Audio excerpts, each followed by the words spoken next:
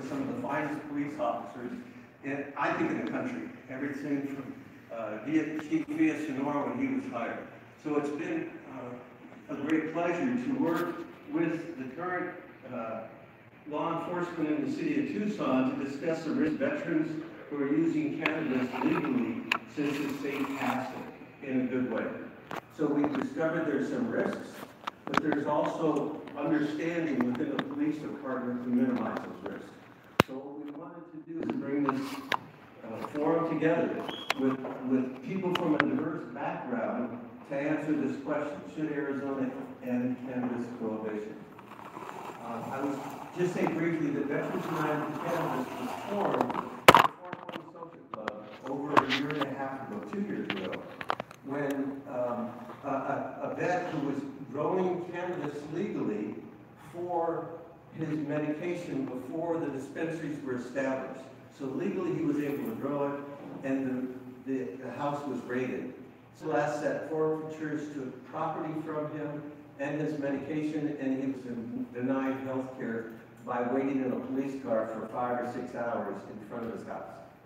This is what was the anger where veterans said, well, we got a medicine, we want to use it, and yet we're at risk. So the police department has been very gracious to hear our complaints, even though some of them have been, kind of in their face. But these men were honest and came to the 420 Social Club and heard us. And it's been a year and a half, and we want to reintroduce that question: should Arizona end cannabis prohibition? So for tonight's forum, we have these guests here, and I'm honored to have Mark Navy here for sheriff. And because of his time constraints, I'm only going to be here for for half an hour. So what we're going to do is ask all of our candidates, our forum participants, to answer that question. Each of them will take 4 minutes to introduce themselves and answer that question. We can finish with the sheriff if we like, and he can take a little bit longer, but then we're going to open up for 3 more questions to each of the panelists. We're giving them 2 minutes each to answer those questions. So, I'm trying to think if I did all the housekeeping. Well, again, I want to thank American Legion Post 7 for allowing us to host this. We had to check with rules and regulations, and unlike at the 420 Social Club, we had to reassure them we would not fire up a bomb during the service, during the questions. But these are all good, honorable people, and I appreciate your time and listening to them. So, let's start down at this end. So we're just answering this question first. All right, my name is Louis Arthur. I'm the founder of Veterans on Patrol, which is a statewide search and rescue mission for homeless veterans. It's part of the Veteran Suicide Prevention Program. We operate here in Arizona that permits the use of medical cannabis. Our families and our church, those in our church ministry, we work with different organizations to sponsor them wherever possible. We provide them a safe place at the shelter where they can medicate.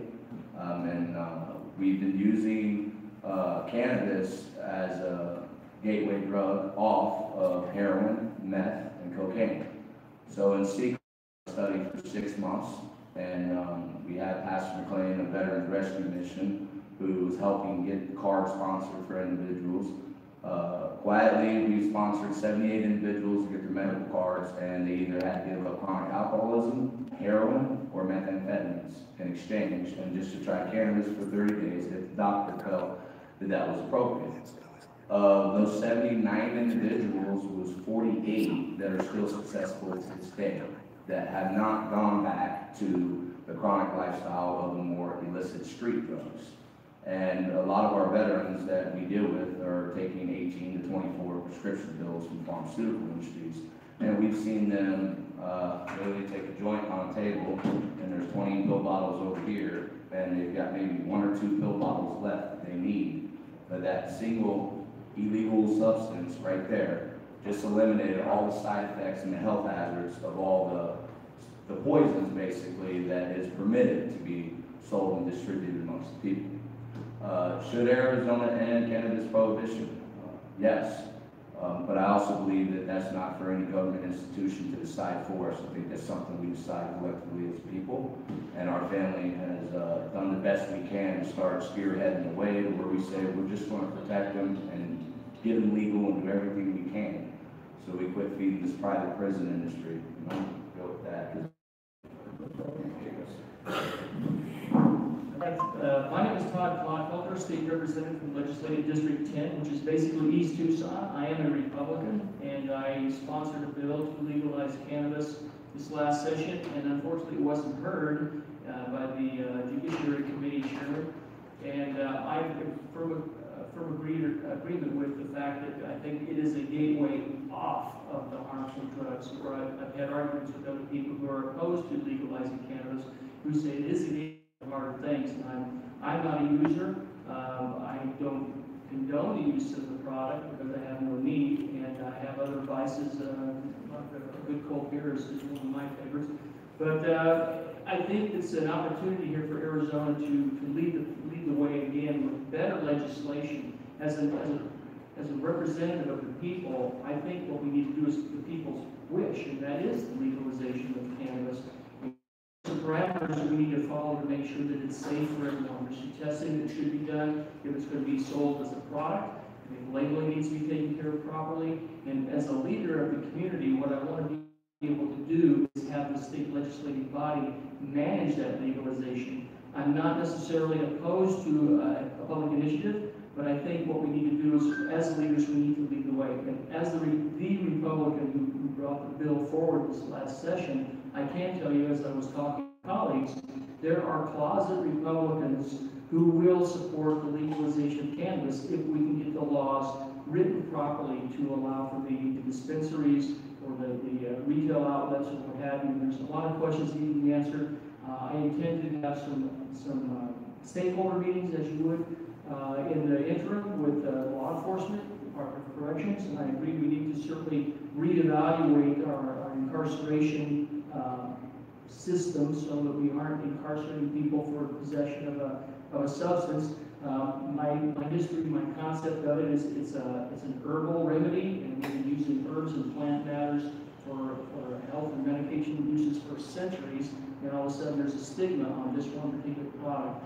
From the standpoint of representing the financial opportunities for cannabis, there is a tax dollar that is associated with that. And there's a lot of opportunity to take some advantage of that and then turn those profits or tax revenues into programs that will assist. One of the things I'd like to see us work with, and this is one of the questions, I won't get on it too hard, but some of that money could be returned to the community, like Camp Bravo, to help with people to find other avenues from alcoholism or the harder drugs and rehabilitation program. So I'm definitely in favor of the getting rid of probation on cannabis. So I'm eager to talk to anyone on the side, and we'll see how the afternoon goes with more questions. But again, I am all in favor of legalizing cannabis and making it available to people who certainly have the need.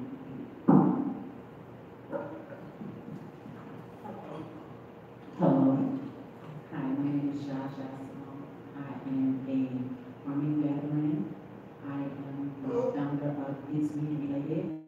What I do is provide transportation and resources for medical marijuana patients in Arizona to go to programs that teach them about wellness of cannabis, education, empowerment, and diet, and just different ways that they can use cannabis because there's such a big stigma if you use cannabis that you're a stoner or a pothead. And I found several ways to use cannabis, and none of them are smoking it.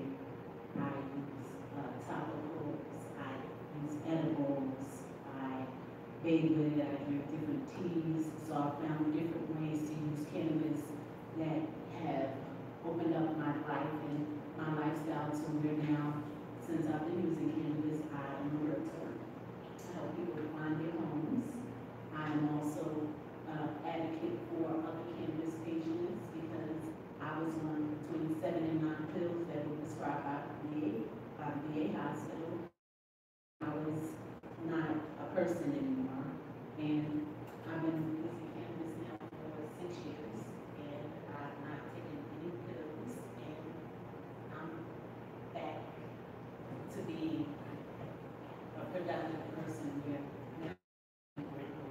May have been suffering the same way I was, and yes, I believe that this prohibition should end because nobody should go to jail or even be in fear of going to jail because they want to be at peace and they want to have a lifestyle and they want to live and just be people. So my answer is yes.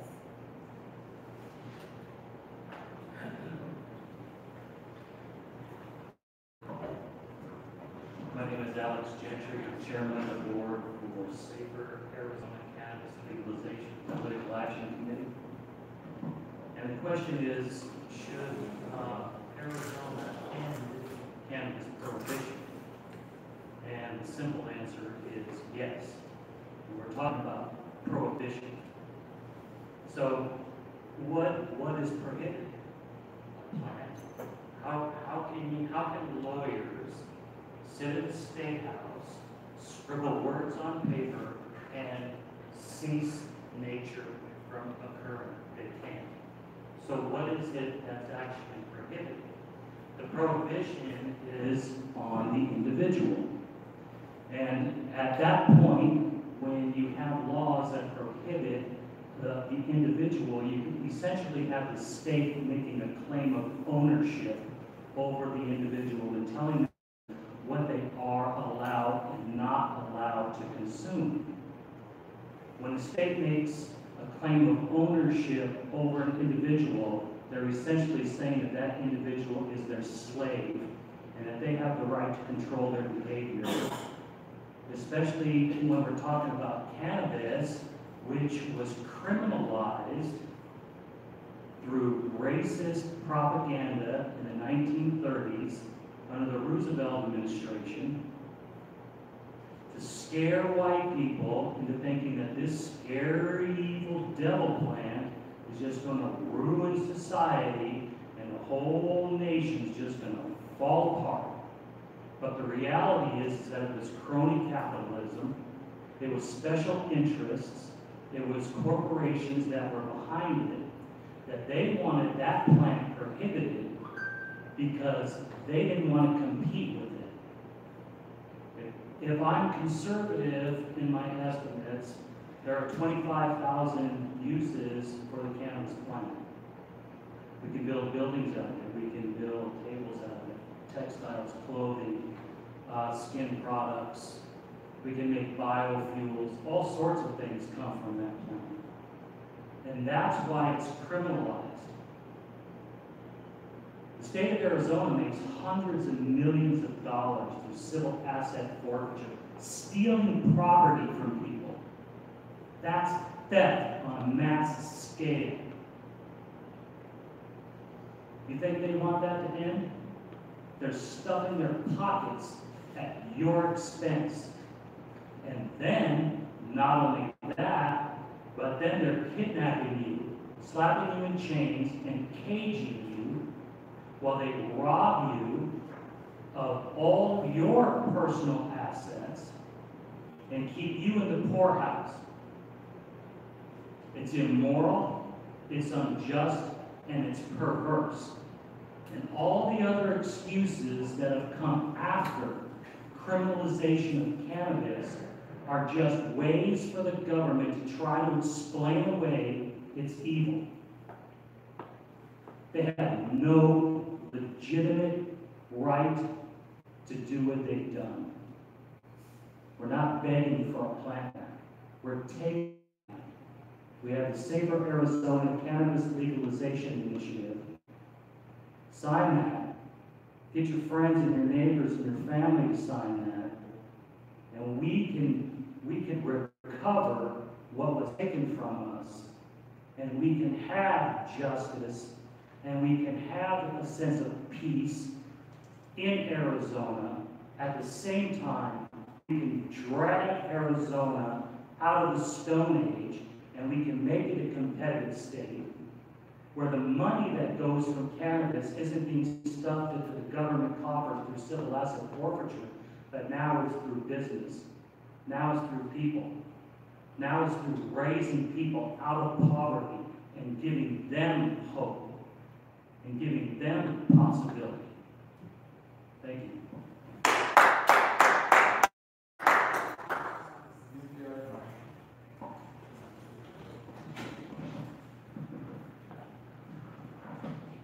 My name is John Leather. I'm the captain of the Tucson Police Department and currently the commander of the Counter Narcotics Alliance. I guess I'm the government that we're all talking about. I have to say that I was born at TMC Hospital here and I've been a police officer for 36 years. I'm proud to be the government. And I'll say this, I know this is going to be counter to what we've heard so far, but I am not for the prohibition of cannabis in Arizona for a couple of technical reasons and some very personal ones. The technical reasons may not seem like a big deal to most people, but the idea that you have something that's illegal federally and legal in the state is an issue. It's a problem. We send police officers out to enforce very complex laws, 24 hours a day, 365 days a year. In the middle of the night, 3 o'clock in the morning, you have a 22-year-old police officer making a decision about whether or not someone will go to jail or not. And when we complicate it by saying, oh, enforce these laws but not those laws, enforce these but not those, it's very complicated. It just creates all sorts of problems in everything that we do. And for instance, I can tell you there are people who don't think the Voter Rights Act should be enforced, but they don't think that marijuana law should be enforced, but they do think that other laws should be enforced. And so they think that the immigration law should be enforced. Some people don't. From a very practical standpoint, if you want to have just law enforcement occur in the United States of America, you need to try to make sure that the laws do not conflict with each other in a way that creates that kind of dissonance that's created today. So that's a very practical thing. So I suppose if you want to eliminate, you can deal with that by making cannabis legal in the entire United States, so there's no federal prohibition while there's a prohibition. I think when there's a conflict, it creates a constitutional crisis, and it causes all sorts of downstream effects that you can't even begin to imagine sitting here today talking about cannabis. And so that's one.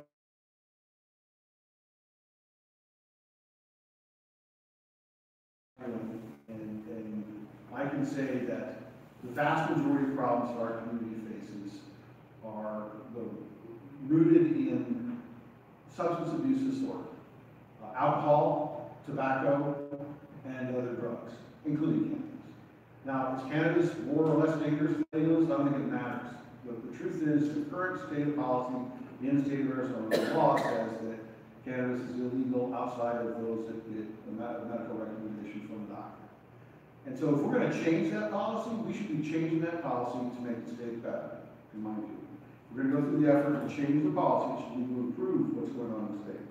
If anybody would like to argue that we've done a good job regulating ourselves when it comes to alcohol and tobacco, that those are not something that are just absolutely scourges on our society, haven't caused us all, just the vast majority of the problems that we have socially, I'd like to hear that argument. I think they have. I can tell you that went to thousands of family fights, and only one of them stands out in my mind out of thousands where someone wasn't impaired because of some sort of substance. So marijuana, cannabis, it's all a drug. It's maybe a natural one, but the truth is there's effects that we have substance use disorder affecting us in so many different ways, destroying our families, destroying our community. It's something that I can't get behind in any cannabis prohibition. So that's where I stand.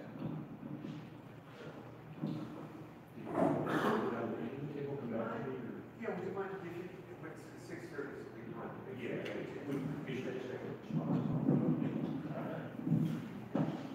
Hi, I'm Chris Wildwood. I am a lieutenant with the Tucson Police Department. I'm assigned to the Counter Narcotics Alliance as well with Captain Leather. And I was here about a year and a half ago, or at least over at the other place, and listened to a lot of my fellow veterans speak. And just for the record, I am a Marine Corps veteran. I'm a war veteran. I was in the first Gulf War. I'm also a service-connected disabled veteran. I deal with the VA, so I kind of feel as fellow veterans and what it's like dealing with the VA and those issues. So that could be a whole other panel discussion, so we'll save that for another day. But that being said, since our last time we met, and since I've been out at the Counter Narcotics Alliance, I've had the opportunity to undergo a lot of training as it relates to this issue, the opioid epidemic, a lot of these big drug issues that are going on in our country and in our community. And a year and a half ago, I gotta say, when my level of education was less than it is now, I was probably more open-minded to medicinal cannabis. Recreational, I'm going to tell you, no, I'm not for it now, I wasn't for it then. But since I've learned the things that I've learned about it, I'd even say medicinally, I don't see it. The science isn't there to support it. There's a lot of studies out there on both sides of the argument, and I think it's just another big tobacco, and I think if we legalize it, we're gonna go the way of big tobacco in the 90s when the lawsuits came and we had to deal with all of that public health issue. Look at what we're dealing with right now with the opioid epidemic. Who's heard of Purdue Pharma out there? They're the big bad evil pharmaceutical company that did all sorts of evil things to get Americans hooked on opioids starting back in the 90s. And both of those are over substances that we use as drugs in this community. So we already got the path kind of laid out of where when we try to legalize things or say that we can use them for things that we shouldn't or that they're not addictive. There's two examples in history that are right there in our faces we're dealing with right now and have been for decades. So if we're going to have another big tobacco being cannabis and legalizing it for recreational use, I think people just need to realize in 20, 30 years when the science does catch up to the data that's coming out of places like Colorado, and I'm sure California is going to have the same data if they collect what Colorado does, that we're going to be having lawyers like Mike Moore of the present day, 30 years from now, going after big cannabis.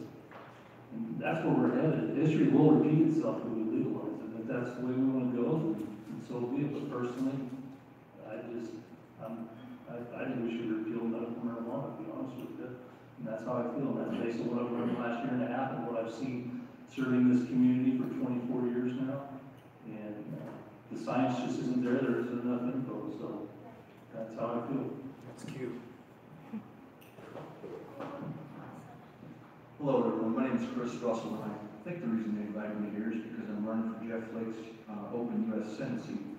But by trade, I'm a lawyer, and you notice they put me between the law and sure. But I served in the United States Army for over 24 years, between active and reserve service. I started off as an armor officer, and I transitioned to the JAG Corps after law school. I have prosecuted both marijuana possession, smuggling, use type cases, and to my knowledge, I'm the only one, or I should say I prosecuted one of the Army's largest drug smuggling operations over in El Paso, and that was years ago. But I've also defended both veterans, active duty soldiers, reserve soldiers, and then of course civilians for marijuana use. In my current practice as a lawyer in Cochise County, I encounter veterans every day because our practice is just down the street from the main gate of Fort Huachuca. And I deal with service members that have PTSD, that have incredible pain in their backs, knees, and necks because of either combat-related injuries or just wear and tear from the service. Jumping out airplanes is tough on people's backs and knees. And frankly, I see the benefit, the medical benefit that they derive from marijuana use. As some people on this panel have pointed out, they don't have to then take the cocktail of narcotics that allows them to function each day. I deal with soldiers, and they tell me that the cannabis helps them greatly just get through the day on those types of things. I'm not a user. I think somebody else on this panel pointed out there are other vices, and some of those other vices are mine too. So I don't really have any personal experience with it, but I see the benefits on a day-to-day thing. I will say, and I disagree with my law enforcement brethren down here, and I apologize for that, but I do so with respect. This is a state issue. We've got the 14th Amendment that allows state rights for a reason. So people say I'm a little strange as a Democrat when I talk about smaller government. But it is up to the states to decide what to do. Now, if I was elected to the U.S. Senate, I would certainly advocate for repealing the federal laws under 18 U.S.C. so there were not inconsistencies between federal law and state law, because it does create some problems. But a state, local level law enforcement officer, of course, has to follow the state law and not worry about the 18 U.S.C. laws that the federal law enforcement people have to worry about. That's for DEA and their brothers at the federal level. So, I have a three-pronged platform as a Democratic candidate for the U.S. Senate. One revolves around medical issues, health insurance specifically. So we've talked about the benefits of cannabis prohibition and repealing that here in Arizona on the medical front. But I think too, it will create jobs in this state and also bring in extra revenue. We have 9 models that we can follow. It's not something that we can implement overnight. There's got to be forward-thinking laws to help with side issues like DUI and those types of things, and exposure of young kids and the like. But we've got 9 states that have already legalized marijuana for recreational purposes. We can follow their models and mistakes and avoid the same.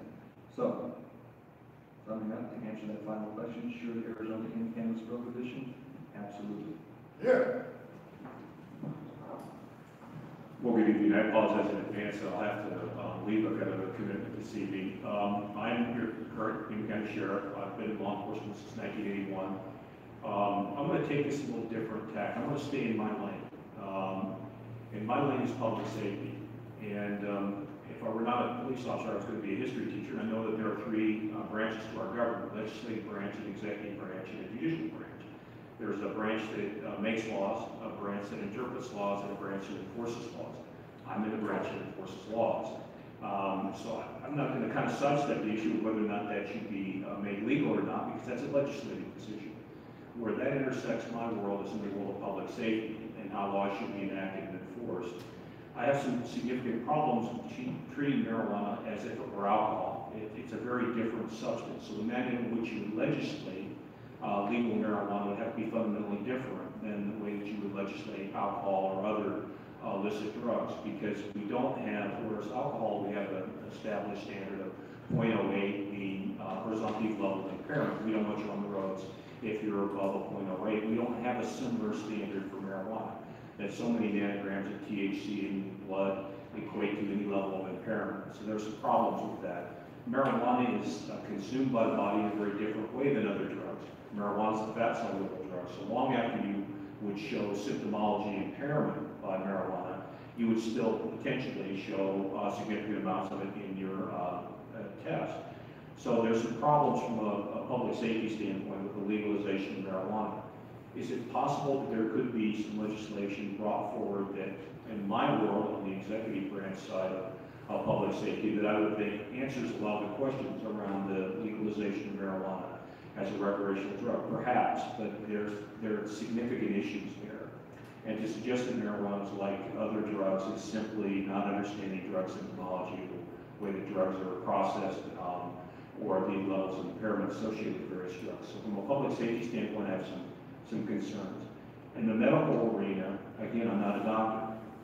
So for medical marijuana, is a medical decision where a doctor should decide the efficacy of the use of that substance as a medical intervention to some prevailing illness or other condition the patient might have. If that drug has efficacy as a way to treat a medical condition, again, it's outside my lane. Where my lane is public safety. So that's where my main interest lies. And I know it kind of sounds like I'm sidestepping the issue running for Senate, kind of sidestepping an issue there, but it's really understanding where my lane is and staying in that lane. I do have significant concerns with suggesting that marijuana is just a substance and that it's harmless. Impairment by marijuana is a public safety problem. That said, I don't think I've ever been to a family fight where somebody was high. As a way that provoked violence. That's just not part of the symptomology of marijuana impairment.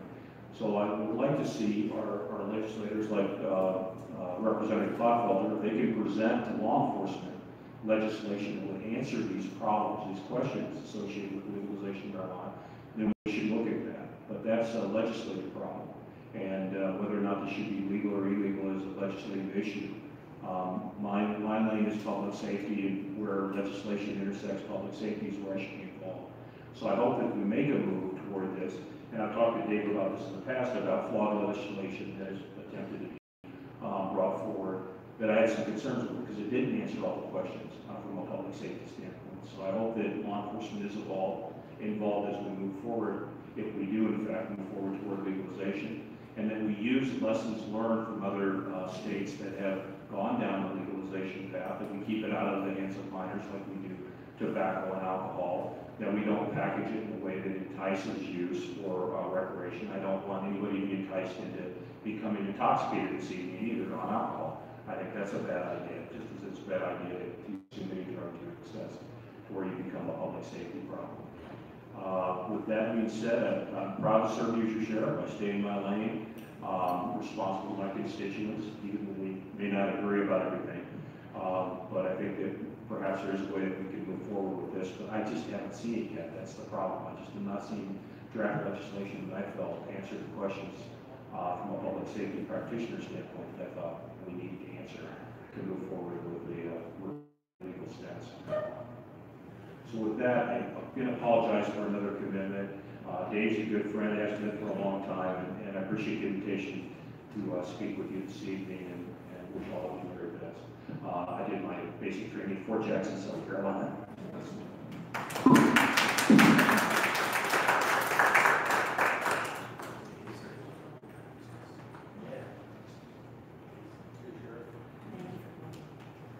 Thank you, Sheriff. Okay, we wanted to ask the panelists again. This time we can do it with just 2 minute response. You don't need 2 minutes, but if you can start with question number 1. Do you believe legalizing cannabis could help with opiate epidemic? We can start down the road and come back down.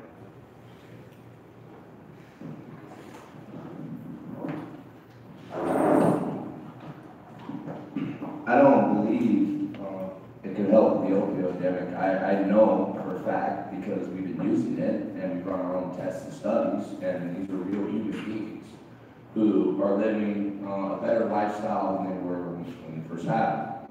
So do I believe it? I know. And I really don't care if someone else doesn't believe it, because if I know that it's the right thing to do, and I know that it's the safe thing to do, safe right now, then we're going to do what we need to do to save a life. Yeah, it's not just the opioid epidemic.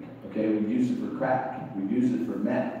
One of the things we've learned, if you take a sativa strain of medical marijuana, it gives the meth addict who's used to that high-speed push, it gives him a similar sensation while he's withdrawing off medications, but guess what? It'll have him whacked out of his mind in drug psychosis, and the worst thing he's going to hurt is a bag of Doritos and a 2-liter Mountain Dew. Let's be honest. There is no violent crime on a high scale attached to it.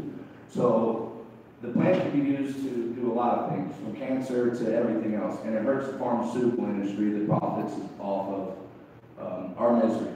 It really does.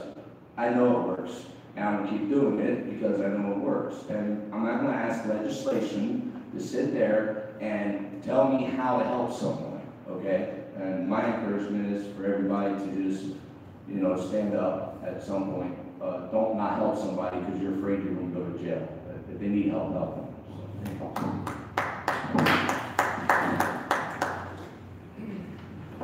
Well, since I am not really participating in the use of cannabis, I really can't speak for myself, but I have interviewed a lot of people over the last couple of years as we've been talking about introducing legislation to legalize cannabis. And I agree, from what I understand, interviewing people, that the use of cannabis is really a deterrent to using the harder drugs.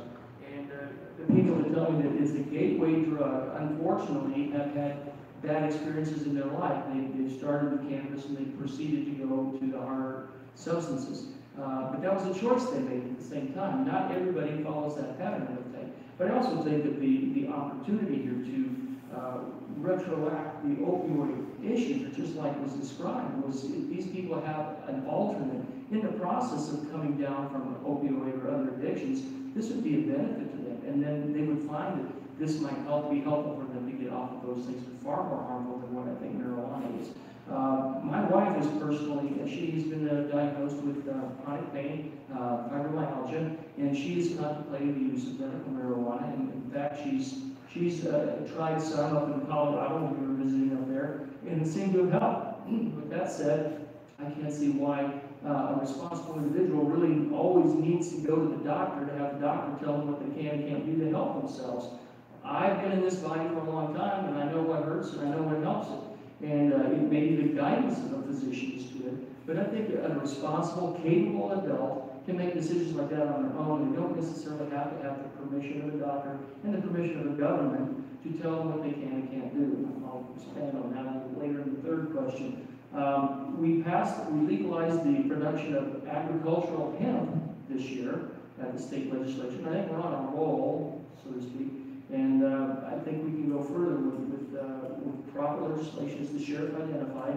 We need to bring in all of the stakeholders, the law enforcement, Department of Corrections, education people, health people, and really sit down and say what's good, what's bad, and following the candidates for Senate, stating that we can overcome what's necessary with the federal. We are the United States of America. We make the law. The federal government exists because we exist. So I get 30 seconds, so I'll go faster. Sorry.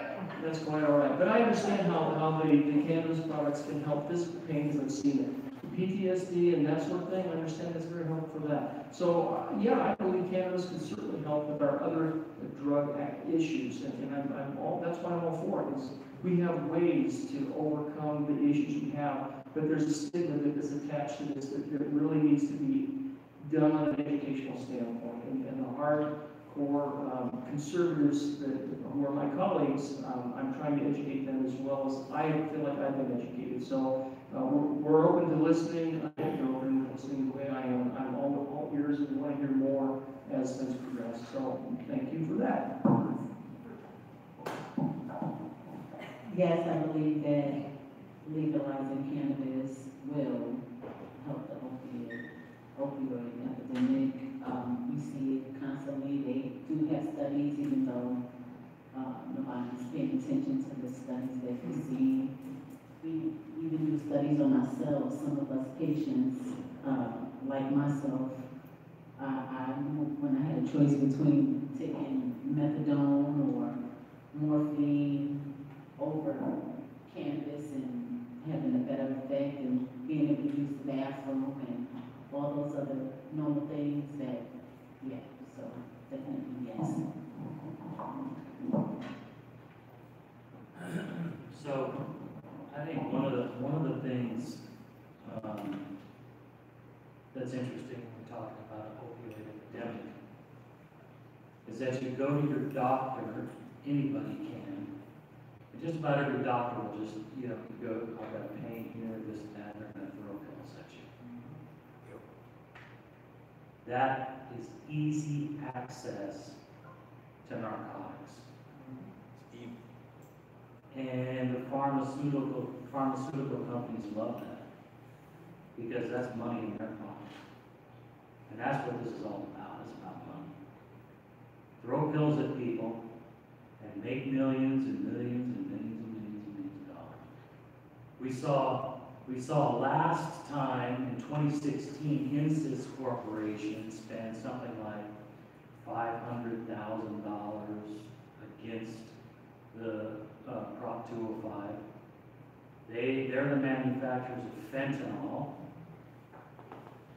and they didn't want cannabis legal. And then, I think it was just last year or this year, they were granted by the DEA the license to start manufacturing synthetic cannabis. It's not even cannabis, it's synthetic. It's just some fake drug based on cannabis.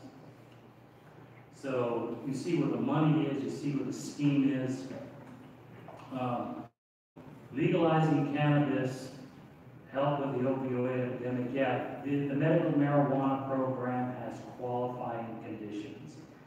90% not everybody's ache, not everybody's pain, not everybody's illness, and not everybody's disease is considered a qualifying condition. I know an individual that broke their leg.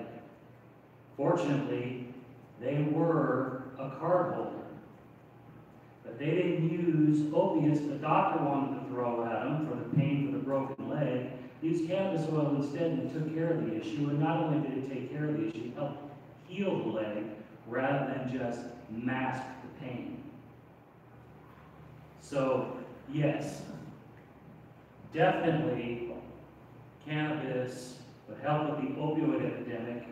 And maybe if law enforcement started actually investigating some of these pharmaceutical companies for their crimes, rather than chasing around cannabis consumers, might see a difference there too.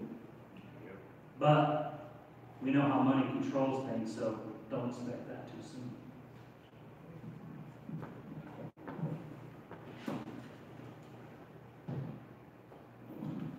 Thank you. So this is an interesting question. Again, I'll look at it a couple of different ways.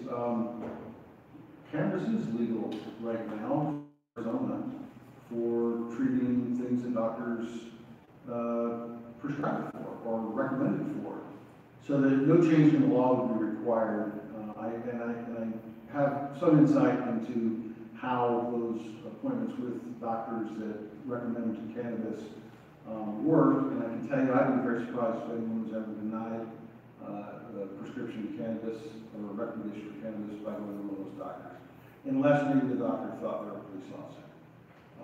But I can personally assure you that the vast majority of people go in there and get them.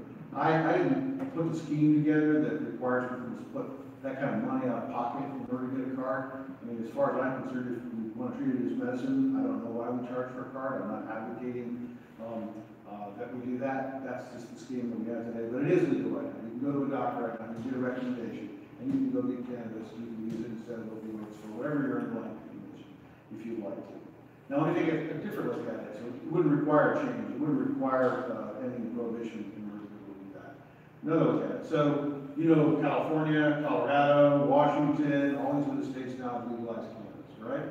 We knew when that happened that the amount of marijuana coming across the border was going to decrease. It was going to decrease smuggling of marijuana into the United States. And everyone agreed that that's what we knew would happen, right? And it did happen. It has happened. Tremendous reduction in the amount of marijuana coming across the Mexican border in Arizona. And all those guys who were smuggling did not become doctors, lawyers, architects, and engineers. What did they do? We've tripled the seizure for heroin. We've tripled the seizure for methamphetamine. We've tripled, just in our narcotics unit alone, it's true all over the state, we've tripled cocaine. It's cheaper now to get cocaine, heroin, methamphetamine than it is to buy Mexican beer. And that's the truth. And the increased supply is coming through the very same supply chains that marijuana came from. So all I can say is, do I think legalizing cannabis helps the opioid epidemic? I think Arizona suffered from it because of what's happened to the import of the other hard drugs that come through the border in marijuana's place. These guys are smugglers. They really don't care what they're smuggling. And so they are smuggling other drugs now in bigger quantities for sure.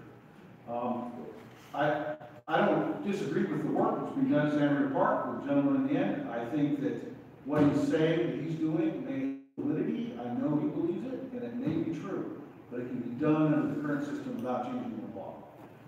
I would advocate getting free cards for them because that's your expense, and I don't understand why we're charging people for those who use medicine. So that's what I have. Well, of course, I can only answer the question from what I've read and what I've experienced with clients. And I have a difficult time getting my head around addiction in the first place. I had a client many years ago, a young soldier, who was addicted to many, many things.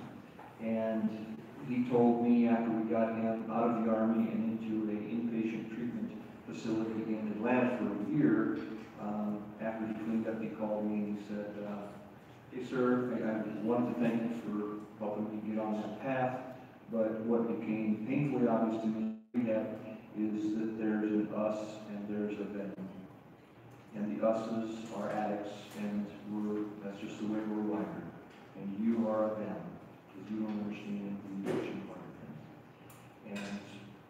stuck with me because I think that that's exactly true. I have a real hard time understanding, why people abuse prescription narcotics, why people abuse illicit drugs. I often say it takes every faculty I have just to get through the day about how you can do it when you're overusing narcotics.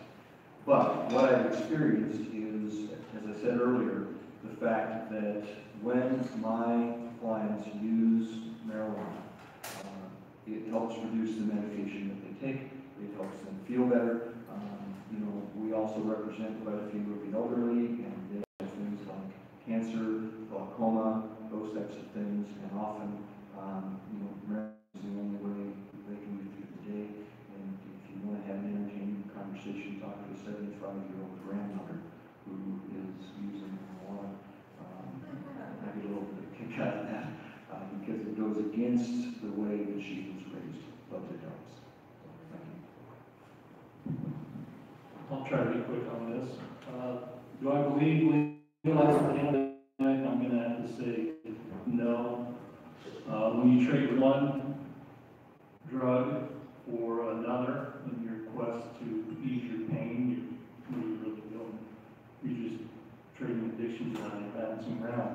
But the real problem with chronic pain in Arizona, when 87% of our medical marijuana cardholders in the state got their card for chronic pain, that really points to the fact that we're not treating the actual cause of the pain. We know that emotions drive the experience of chronic pain. So if anyone's ever heard of the ACE assessment tool, that right there, those are the people that are going to be more likely to have an addiction. Soldiers, sailors, Marines that have been in combat with PTSD. Those are traumatic incidents that disrupts the development of the brain in childhood and before the age of 25. So it causes a different, you have to address that pain cognitively. And if you're not going to do that, you can be on medication-assisted treatment for opioid addiction, you can be on methadone, Subutex, Vivitrol, whatever you want, naltrexone, anything you want to be on. If you don't have that cognitive therapy component with it, there's not any drugs out there that are going to solve this epidemic, because the chronic pain epidemic in this country has to deal with emotional pain.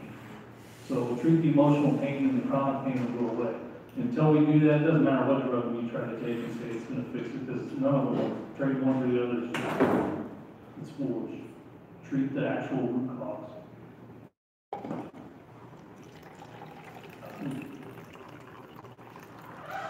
We have about 30 minutes left, and I wanted to make sure that the audience and the audiences online that have asked questions would have a chance to ask their question.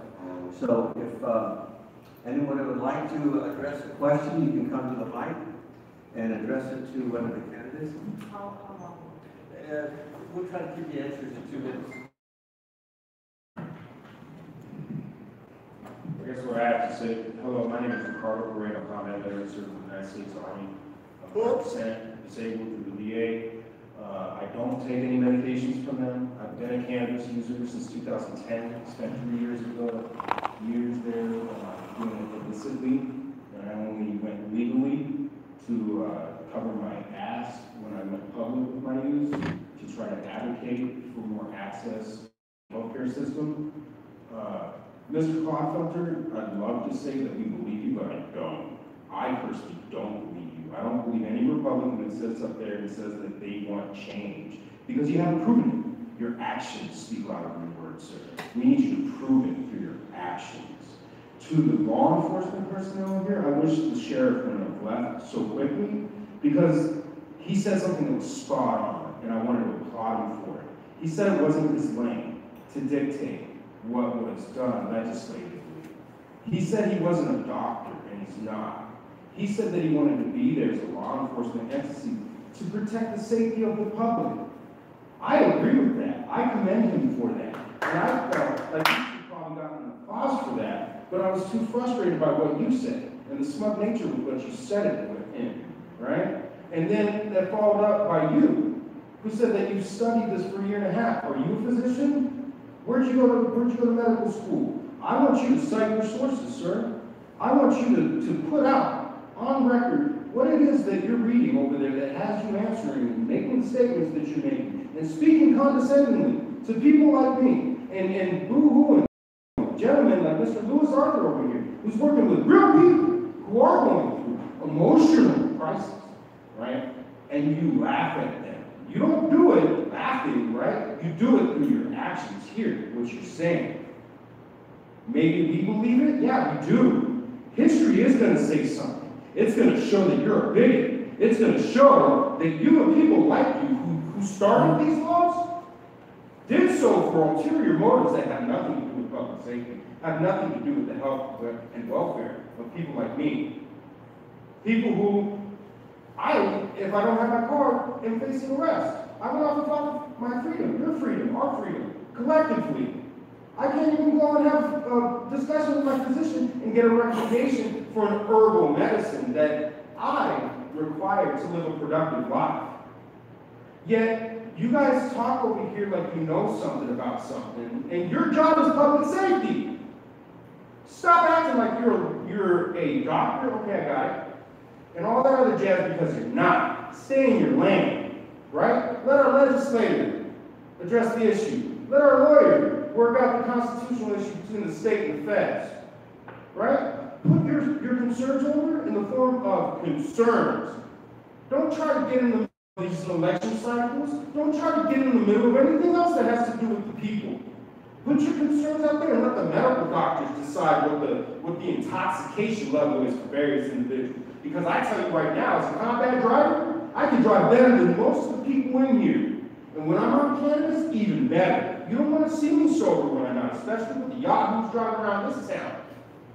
So I apologize it took up too much time. I didn't really have a question. But I encourage all y'all to go around.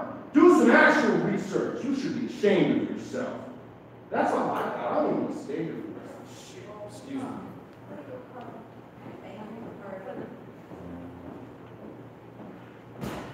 My name is Pedro. I'm part of Veterans Night for Cannabis, also part of the 420 Social Club, been part of it for 5 years. I'm one of the senior members of Veterans Night for Cannabis.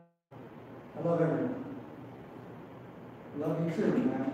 Sorry you're not a cannabis user, or also with you, whichever have you. I'm sorry you had to hear an irate veteran. But that's what they are.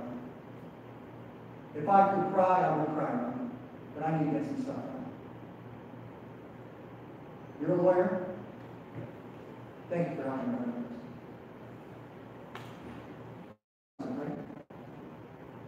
Thank you for protecting us.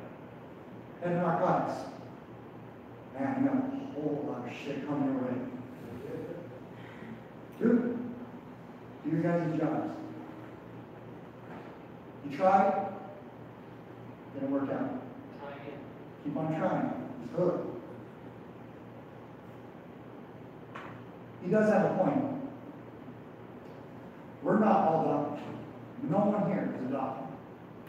We were going to have a doctor or a nurse to give you resources from doctors. You're saying you don't hear research, you want to see the research. There's plenty out there. And they're not getting funding because it's a federal, whatever, federal issue thing.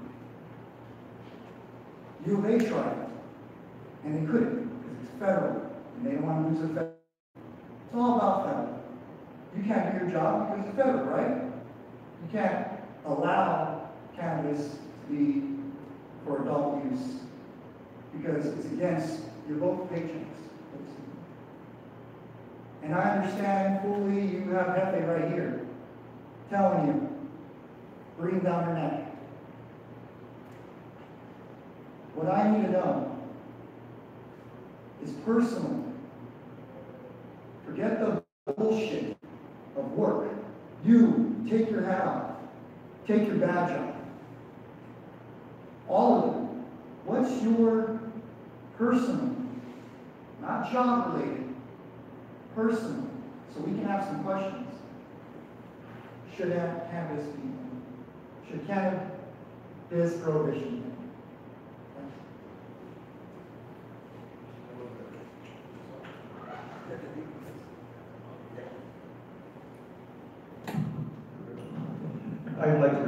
So I have to say, put together a panel of people, we want to hear their opinions, we want to hear about what they've learned in 36 years of providing service to this community, 24 years in Lieutenant Wildwood's case. You're going to hear that. We're not going to shy away, and we won't be shouted down. And just like I don't expect you all to be shouted down. We're all Americans. We have the ability to civilly discuss these kinds of things, and if we disagree, we do it without being disagreeable. Now, I happen to know Barbara from another place and time, and I have tremendous respect for him. I think he's a very passionate guy. I get that. I don't take offense to that. But I will say, because I'm a doctor, because I'm not a doctor, doesn't mean I don't know things. I haven't experienced things. Because I'm not a lawyer, doesn't mean I don't know things. I haven't experienced things. And none of you guys are police officers. And none of you got called at 2 o'clock in the morning from the overdose death at someone's house. And none of you have had to do this kind of thing. We have that experience. I can tell you today I had a thank you letter. I've been told to well in the shed. From a mother whose son overdosed and died because a drug dealer sold him some drugs. And we prosecuted that case. And that guy's going to prison. And you know what? That mother not only noticed our case, but she noticed the next case that we're prosecuting. So we deal with this kind of thing every day. Substance use is a terrible thing. What Lieutenant Wildwood said about the underlying problem having to do with chronic pain and the ACE test and those kinds of things, that's real science. And so what they suggest, and we've been to a substantial amount of training on these issues, everywhere from the Kennedy School of Government to the University of Arizona to everywhere in between. And I can tell you that what they've identified is that chronic pain has its root in this emotional pain most often, and you deal with that underlying issue, you can't deal with the other issues that cause people to get into substance use problems. I've seen way too many people lose their kids, their fathers, their mothers, and everyone else with drug abuse, for me to take it anything but very seriously. Dedicate my life to it. Okay? I don't know how many people have dedicated their life to it. I've dedicated my life to it. And I can say that it's important to me. We disagree, but we don't have to be disagreeable.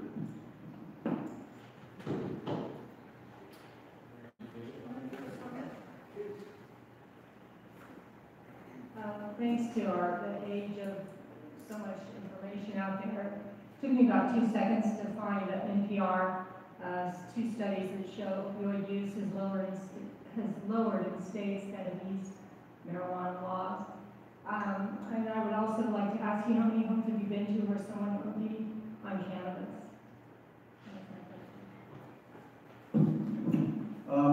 None, but I've been to fatal traffic collisions where people have been high from using cannabis and run over an entire family who were going to go to law school, killed the little kid and his mom, and seriously injured the dad. So there are other negative things that happen from using cannabis. It's not, you don't do it in a terrarium, you do it in the community. Anything that impairs your judgment, and I think people would agree that the use of cannabis, overuse of cannabis can create that kind of problem. It has its own negative side effects. There's no question about that.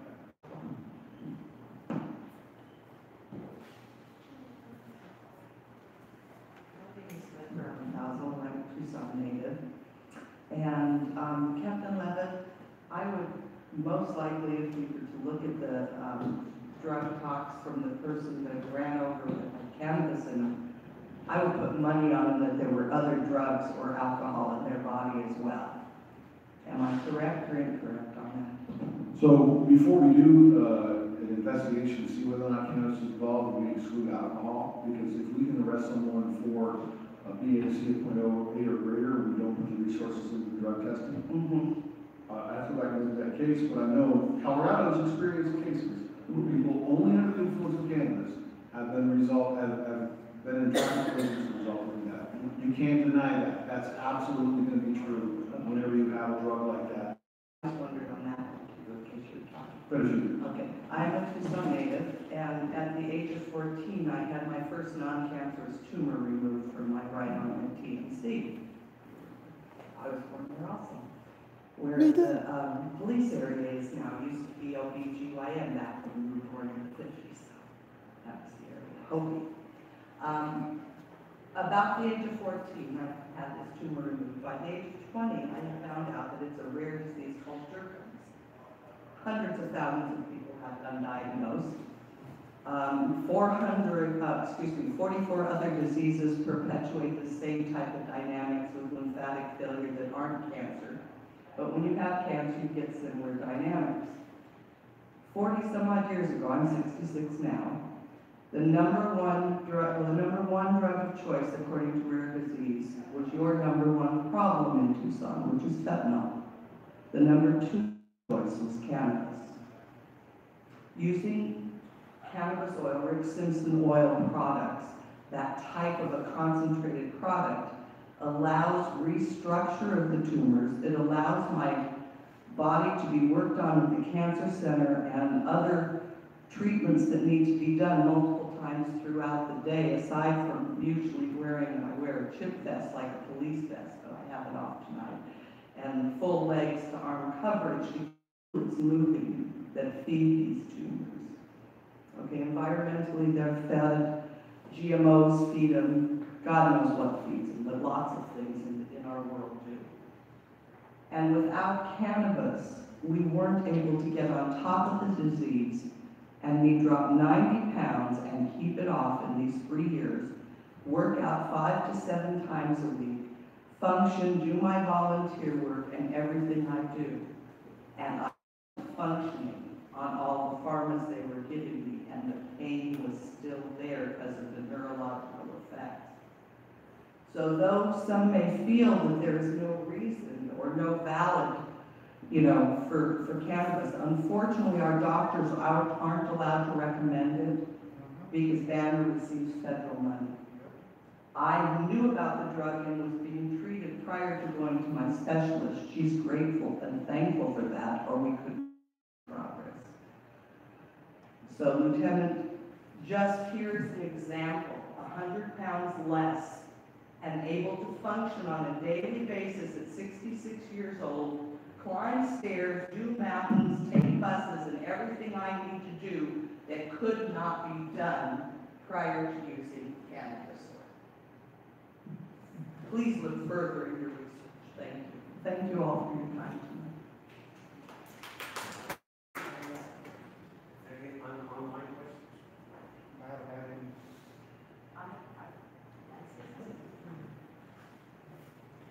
Hi, I'm Sheila. I was just curious to Mr. Clodfelter and Mr. Russell. As legislators, I know one of you is at the state level, one will hopefully be in the federal level. Could both of you say what you are hoping to be able to do to possibly educate others about this and maybe help make it legal if our initiative is not able to be on ballot? You first, Senator? Sure. Well, I think the simplest answer to that question is to educate as many people as possible. I found, over 20-some years of being in the legal field, that the best way to do that, actual experiences and story. And I would have to do that. Although I must say, I don't think there are some in the current administration that any amount of education is going to change their view. And so it's frankly going to take a change of administration before we have any traction or success at getting things, changed at the federal level.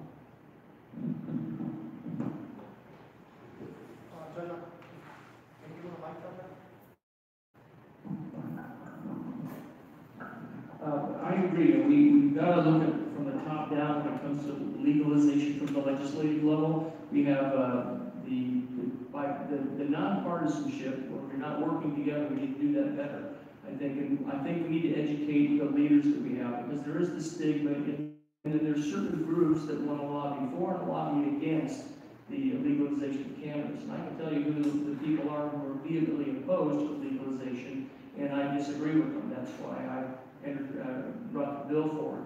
And if your efforts are not successful in 2018, I will certainly be bringing the bill forward again in 2019, and that's where I would like you to be involved, the law enforcement, like I said earlier, to participate in that. And part of that is getting the people not only to be educated, but to open their brains, open up and listen to what they're being told, and quit putting the roadblock in front of what they're being told. Because I disagree with all the concepts and all these negatives of the value of it. First of all, we haven't gotten down to the other questions yet, but I'm going to come back to what we call as liberty. And that's my first job as a state legislator, is to protect your liberty.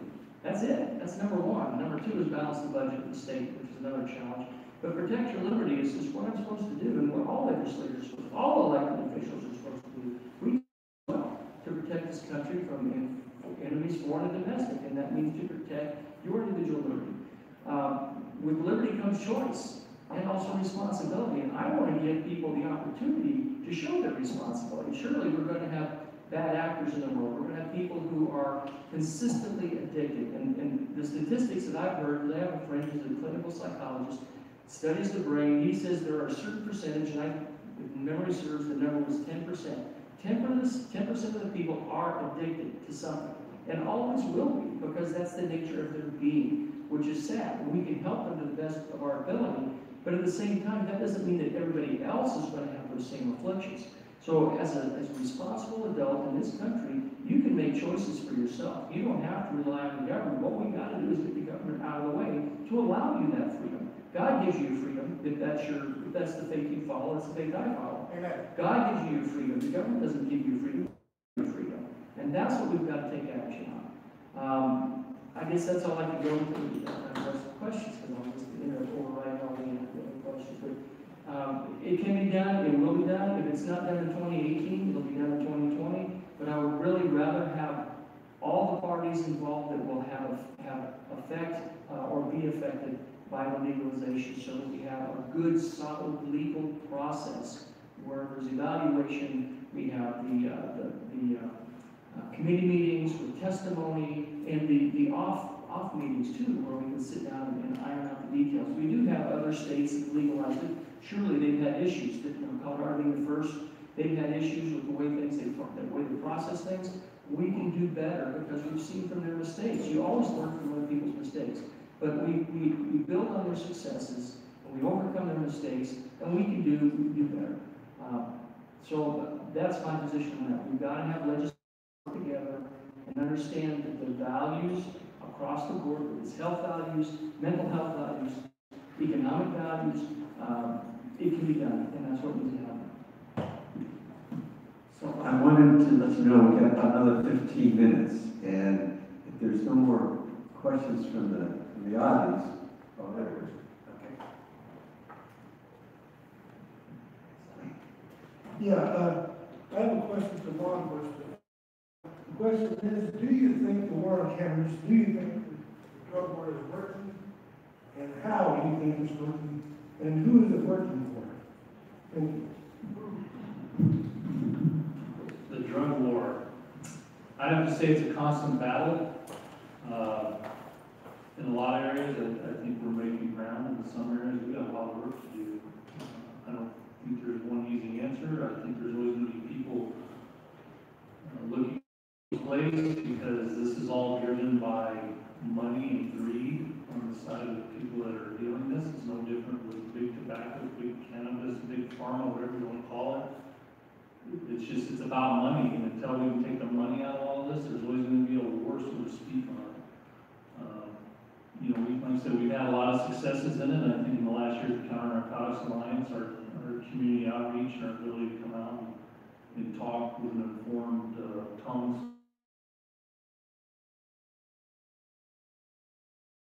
We can hold our own. I think we've done a good job for this community, talking to people about these issues and informing them, especially the opioid epidemic. And now, cannabis issues are going to come up. You're going to get on the ballot again.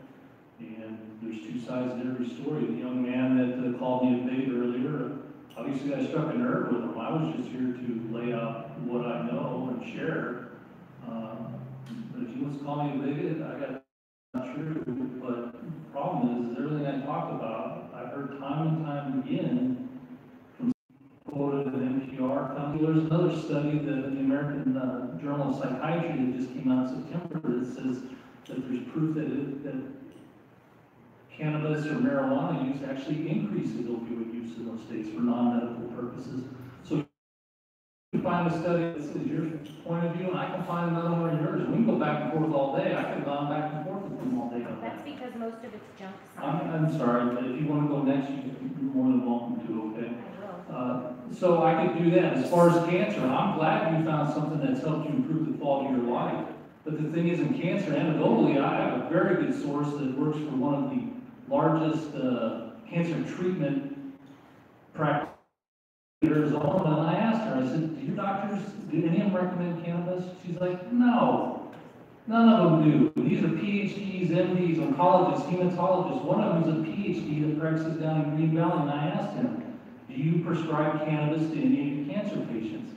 And he said, no, absolutely not. And the reason being is it's not effective, and it interferes with the other drugs that are effective in treating cannabis. So it works in your case. Hey, that's great. I'm glad you have a good quality of life for everyone, and the science doesn't support it.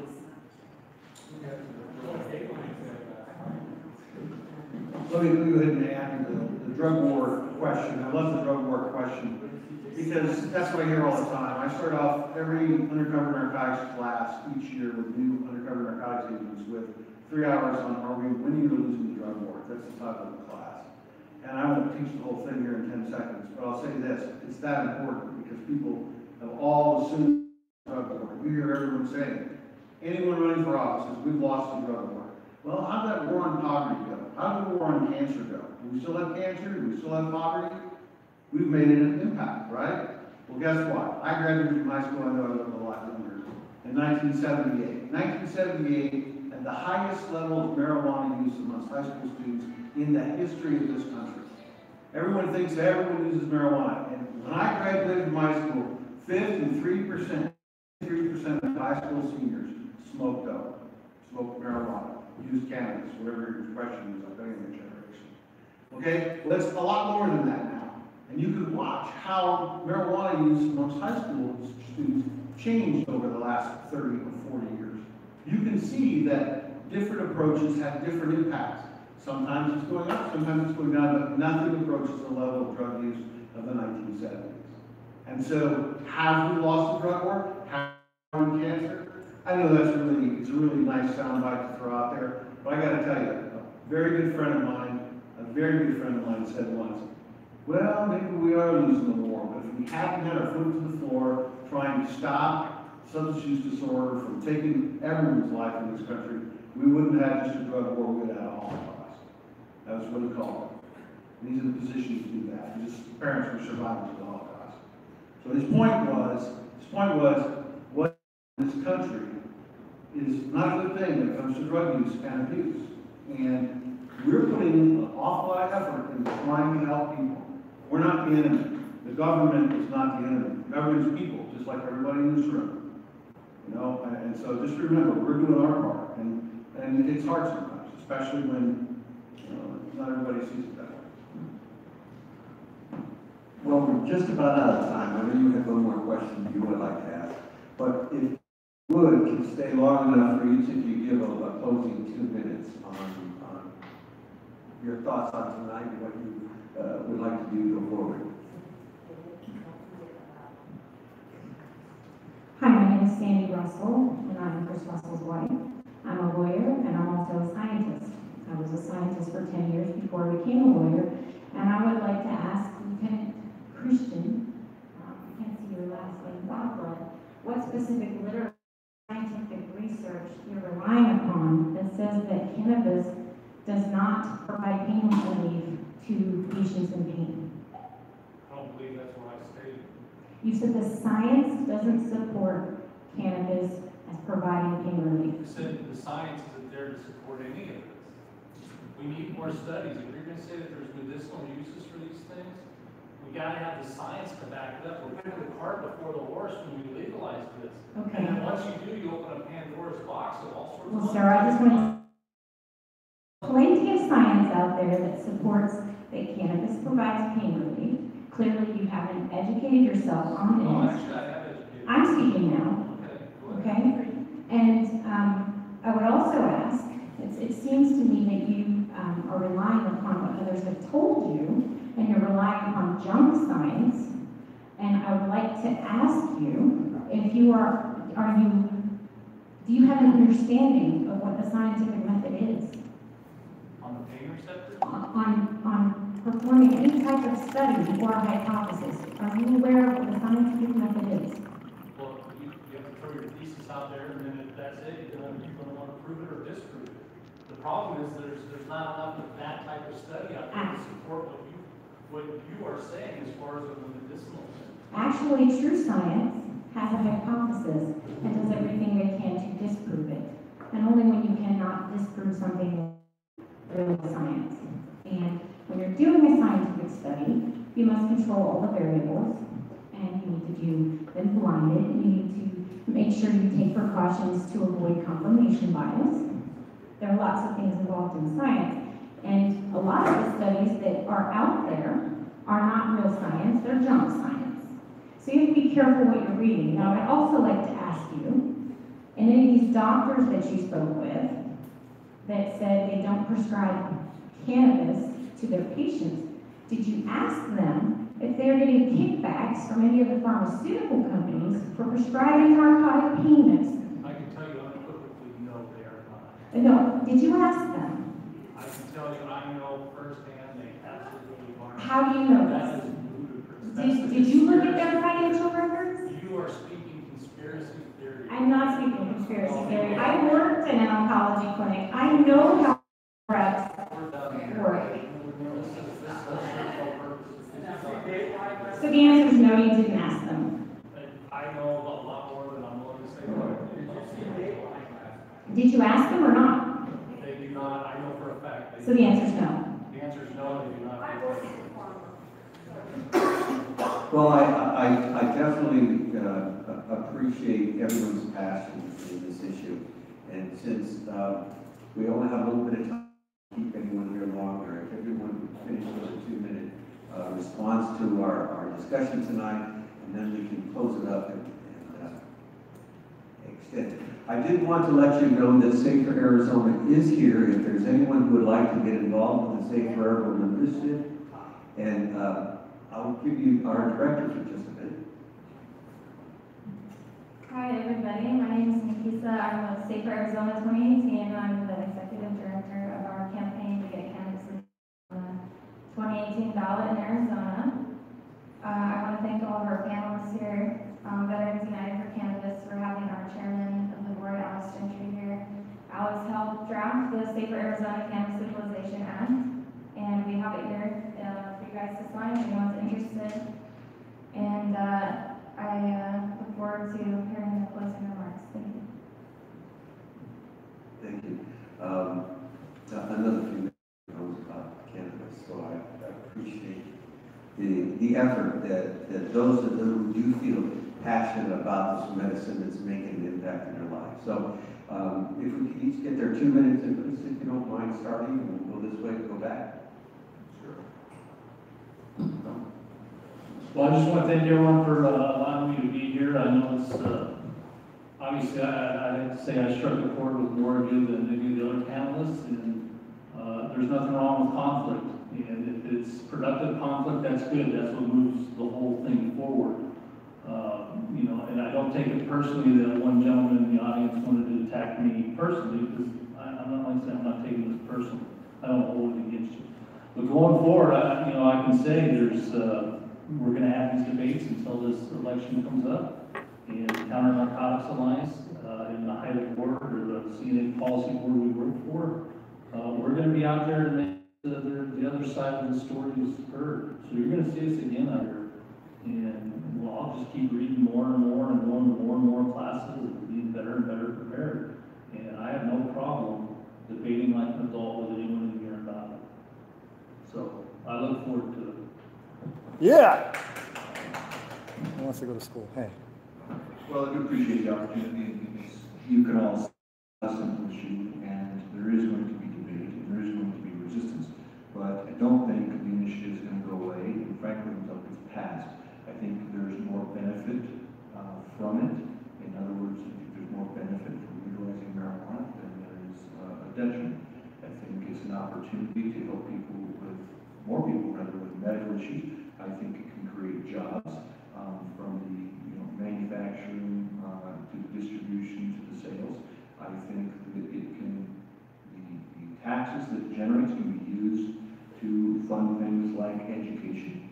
I think here in the state of Arizona has been running a deficit for many years. That can be reversed profits from marijuana sales.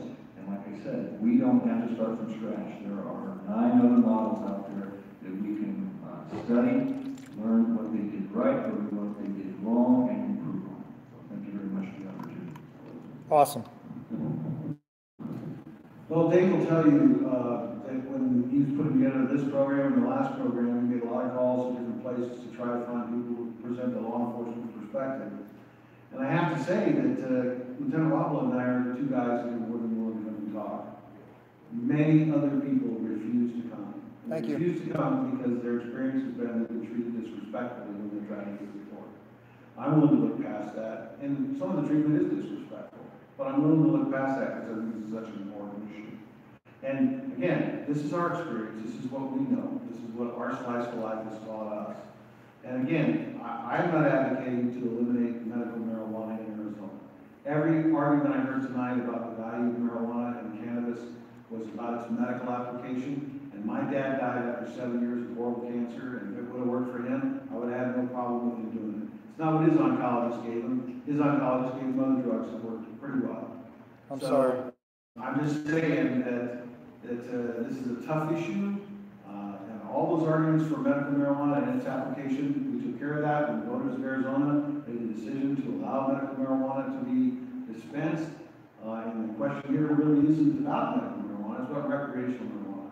I just can't think of any drugs that were considered drugs used for medicine that we then use recreationally. Alcohol. I suppose alcohol might be considered a drug at some point, but It is. to me, it sort of flies in the face of what we're trying to do. I'll be out there at every opportunity to speak, and there are a lot of people in the room here, maybe some online that are watching. I don't know if I ever get to anyone, but I think it's important that you hear at least what my experience is taught me.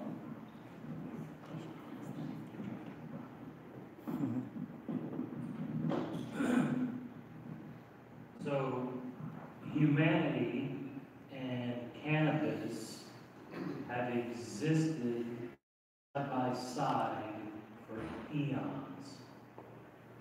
And it wasn't until 1937 that cannabis was made criminal. I don't need a scientific study to tell me I have the right to be free. I have the right to be free simply because I exist. No one has the right to claim of ownership over me or anyone else. I don't need a study. I don't need science. All I need is my own decision making. If I decide I want to use cannabis, that's my choice. And guess what? It's not your business. It's my business. You don't have the right to insert yourself into my decision-making process. If something happens as a result of that, if there's property damage, if there's harm, that's when someone else can step in. But until that point, no, you don't have the right. In fact, when you do insert yourself, you are the criminal. So all of this nonsense about saving lives, nobility, make you safe from yourself, and all of that is a deception. You know better how to live your life than I know how you should live your life. It's none of my business. When you harm somebody, that's the difference. When you damage property, that's the difference. But my body is not your property.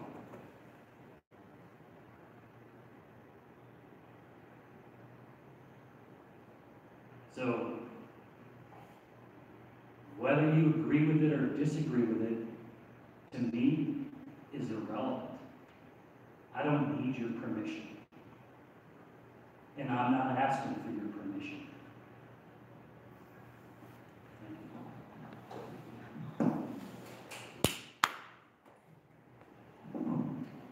would just like to say with the amounts of deaths that are being reported from synthetic cannabis and synthetic or fake weed, and we are being prosecuted for something that's coming out of the ground, I just feel that it needs to stop. It needs to stop now. I think that instead of us sitting back and allowing the U.S. government, by the way, DEA, to turn us into drug addicts, these from all of the pills that they pile on top of us, and if we could still have some type of life, and that comes from just having some cannabis, and I think that we should all be able to just do that. We shouldn't be forced to have to use strong or hard drugs because we're afraid of the way that we medicate is going to affect how our people.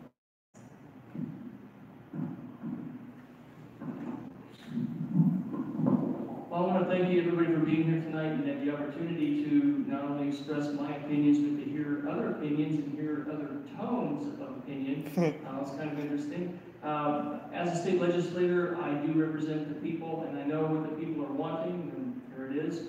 And I would be more than happy to work with you. I'd like to get a copy of the language you have written for your initiative, if I may. Again, I'm in favor of legalizing cannabis through the legislative process more so than going through a citizens initiative, because it gives the opportunity to work together and create the best law that we can make that's going to be a benefit to the whole society, at least in Arizona. Because as I said before, we are the United States of America, and the federal government really shouldn't be in a position to tell us what our state is going to do if we comply with certain federal laws. 10th Amendment, or states' rights. Whatever we don't give to the federal government to do is up to the people. Whatever's not the people don't give the state is up to the people. And you're right, we have the freedom to make choice. And when we fail in our choices is when we have to pay a consequence. And I think most people are quite responsible. There are some bad actors in the world that have to have some oversight and maybe some consequences to their choices. But that's why we have law enforcement. There's a couple things I want to regarding question number 2, I think is important because it talks about the dollars. Realistically, immediate cash receipts that we've done some discussion on the Joint Legislative Budget Council to determine the revenue sources from cannabis. And this is a modest taxation like other states do with alcohol, tobacco, that sort of thing. We could gain $300 million a year in direct finances. So now we can do educational support and do rehab support. There's some retirement funds in the states and municipalities that are upside down for our law enforcement and fire protection, and we can use that to pay down those costs. And then ultimately, once those are paid down and caught up, we can redirect those funds again back towards education and other issues that are of more value. But ultimately, it is personal choice, personal responsibility, and we should be protected from that, and that's my job, and I'm willing to do that.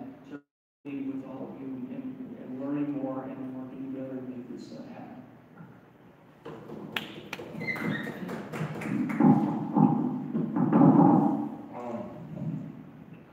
Wow, I'm just going to say this. The most frustrating part here is, it's not the fact that you have all these different opinions, it's the fact that everybody assumes that their opinion gives them the right for what I'm going to choose for myself. There are a couple of things that are hit on the head. I agree 100% with what this man says, but I'm just going to say it like this. It's in the Bible. God created us with free will. And if we use that will to hurt another person, there's going to be consequences.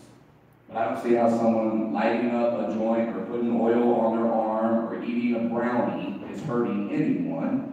And if they are hurting themselves, guess what? God gave you to hurt yourself.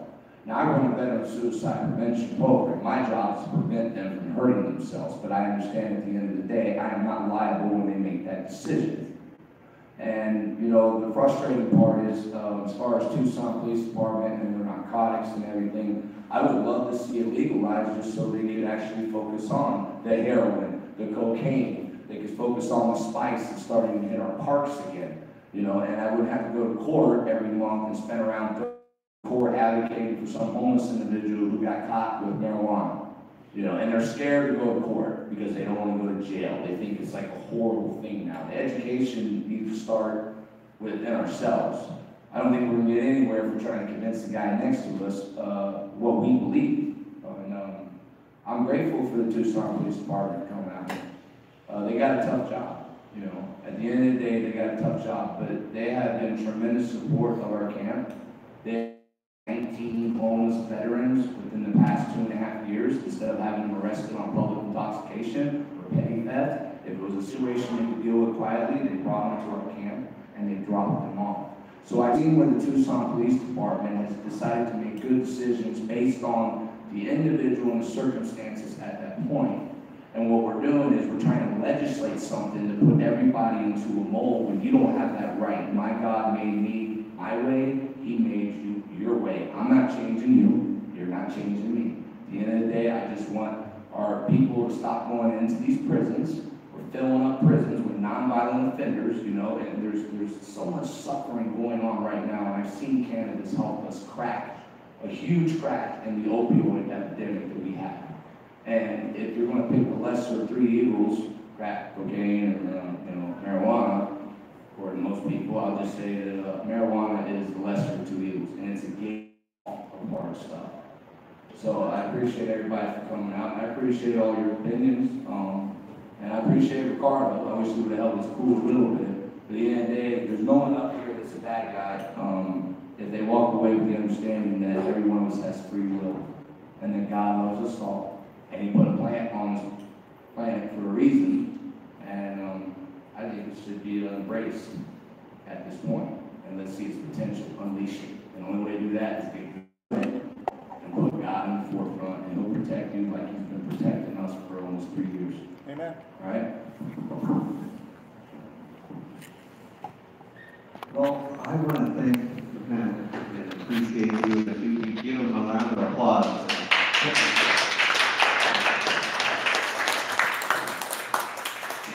Our commander has opened up the lounge. If anyone wants to still get a beverage to converse with our panelists, we'll be around for a little bit.